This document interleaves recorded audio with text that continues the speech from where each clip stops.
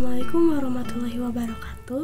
Tepangkeun nami abdi Rintan Fitriani ti kelas 12 apal masih. Di dieu abdi bade ngadongeng Sireum jeung Japati. Dina hiji poe aya sireum rek nginum di sisi walungan keur ngarayap ka handap manehna ti soledad. Luk ragrag kana cai. Hadena cairna rada ngeuyeumbeul palebadinya mah, tapi kekeu bae ari ngojay ka sisi mah manehna teu bisaeun. Sireum magerongan.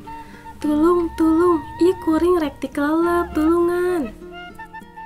Kabeneran aya Japati keur cindeten dina dahan kai anu nyodor ka luhureun cai.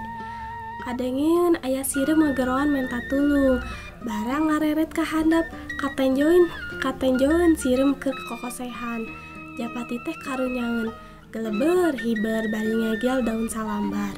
Song, diasongkeun daun teh kahareupeun sireum.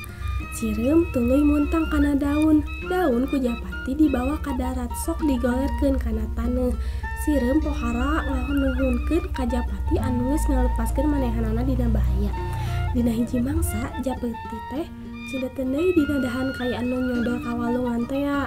Sireum anu baheula ditulungan ku manehna oge kabeneran aya di handapeun tangkal.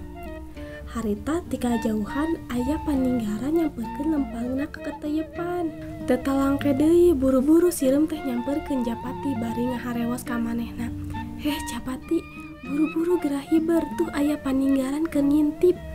Paninggaran geus ngawengkang bedilna. Teu lila Japati buru-buru ngageleber hiber. Isukna Japati papanggih deui jeung sireum, cek Japati teh. Nuhun pisan sakadang sireum, kuring geus ditulungan ku anjeun leupas tina balai.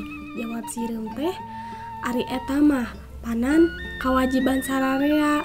Nulungan batur anu rek meunang cilaka eta wajib. Komo ieu mah kuring ayeuna hirup keneh teh lantaran geus ditulungan ku sampean. Amanah dina dongeng ieu nyaeta nulungan batur anu rek meunang cilaka teh eta wajib.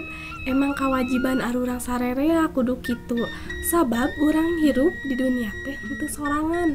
Urang kudu daek silih tulung ka batur. Tah kitu lalakon sireum jeung Japati anu akur jeung silih tulungan teh. Di dieu abdi gaduh susindiran ye. Itu lain lang-layangan. Manuk heulang puputeran, hirup teh henteu sorangan, kudu daek silih tulungan. Hatur nuhun.